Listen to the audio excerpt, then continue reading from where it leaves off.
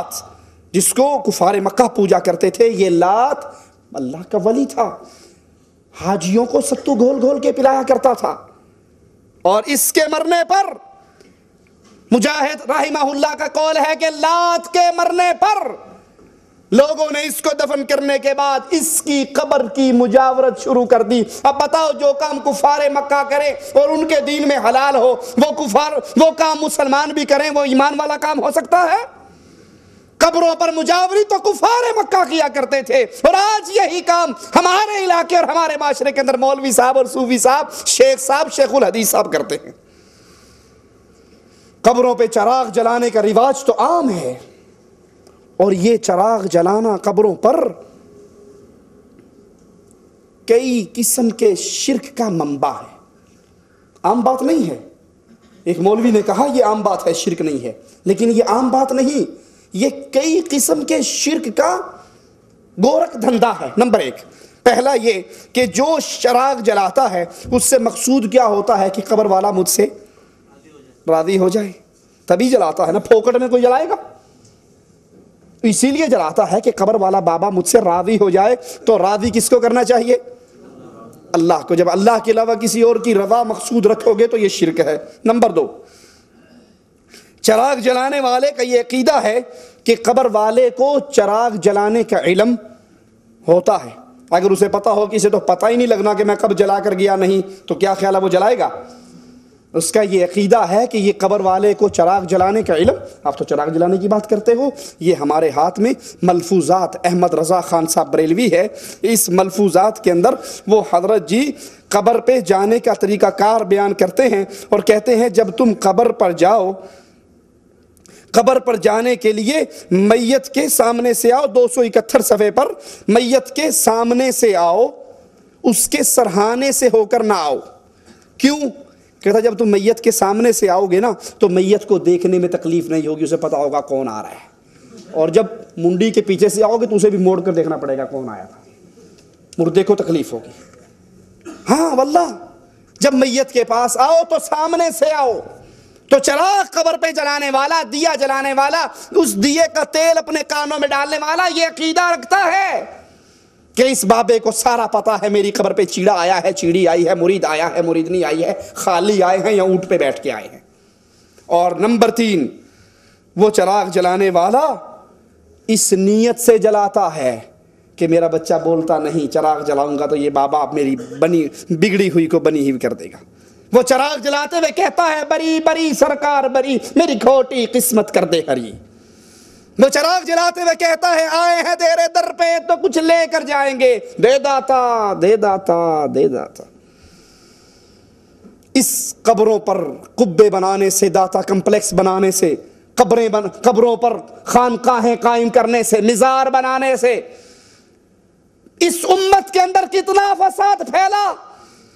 آئیے ذرا غور کرتے جائیے، یہ امت کے اندر فساد کا کون کون سا دروازہ کھل گیا۔ نمبر 1، ان قبروں پر، ان مزاروں پر نماز پڑھنی جانے لگی، حالانکہ رسول اللہ صلی اللہ علیہ وسلم نے قبر پہ نماز پڑھنے سے منع کر دیا۔ اللہ کے نبی نے فرمایا میرے لیے پوری زمین کو پاک اور صاف کر دیا، نماز کے لیے حلال ہے سوائے قبرستان کے اور باتھ روم کے، ان 2 جگہ پہ نماز۔ تو قبر پہ نماز نہیں ہوتی، لیکن ان مزاروں پر مسجد خالی ہے۔ واللہ جائیے جمعرات کے دن ان مشرکوں کا شرک دیکھنے کے لیے، مسجد بے آباد اور خالی ہوتی ہے اور قبر آباد ہوتی ہے، اس کی طرف منہ کر کے نماز ہے۔ ان درباروں سے متاثر ہو کر ان قبروں کے پاس دعا کی جاتی ہے اور یہ سمجھا جاتا ہے کہ دعا فوراً قبول ہوگی۔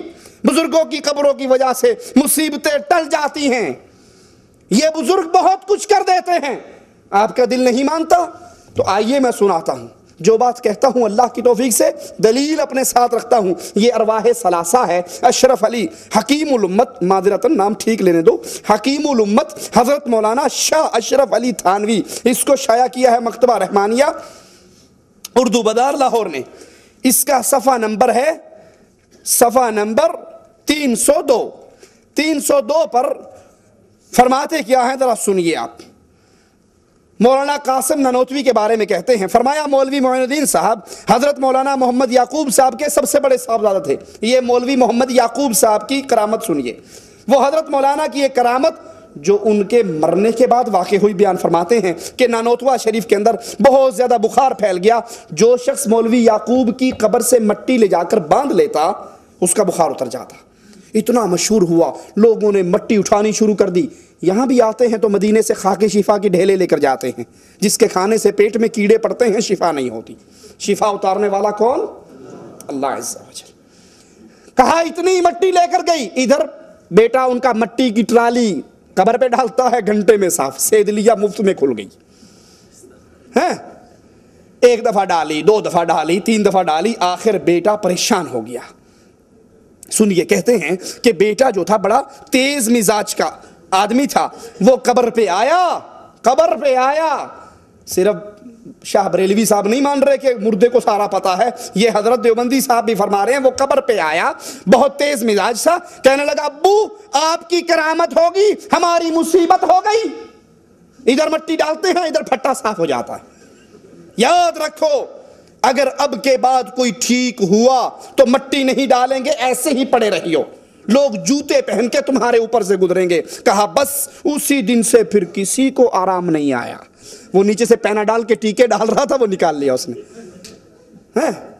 اس کے بعد پھر کسی کو آرام نہیں آیا۔ جیسے مشہور ہوا تھا کہ آرام آ جاتا ہے، ویسے ہی شہرت ہوگی کہ پہلے آتا تھا، جب سے یہ ڈر ہو گیا کہ بیٹا مٹی نہیں ڈالے گا، آرام آنا بند ہو گیا۔ یہ بدترین قسم کی بدعت ہے، اور یہ عقیدہ رکھنا کہ یہ بزرگ تصرف کر سکتے ہیں، شفا دے سکتے ہیں، ان کی مٹی سے شفا ہو جاتی ہے، یہ عقیدہ رکھنا بدترین قسم کا شرک بن جاتا ہے۔ دربار پر قبے بنانے والے، ان پہ چراغ جلانے والوں پر اللہ کے نبی کی لعنت اور پھٹکار ہے۔ درباروں کی وجہ سے مسجدیں ویران ہو گئی، دربار آباد ہو گئے، مسجدیں ویران ہو گئی، دربار۔ جس نے کسی کو ٹائم لینا دینا ہوتا ہے، کہتا امی میں بابا کو سلام کرنے چلی، اور فون کر دیتی اتنے بجے پہنچ جاؤں گی، کوئی اور سلام کرنے آ جاتا۔ بدماشی کے اڈے یہ قبریں، یہ دربار بن گئے۔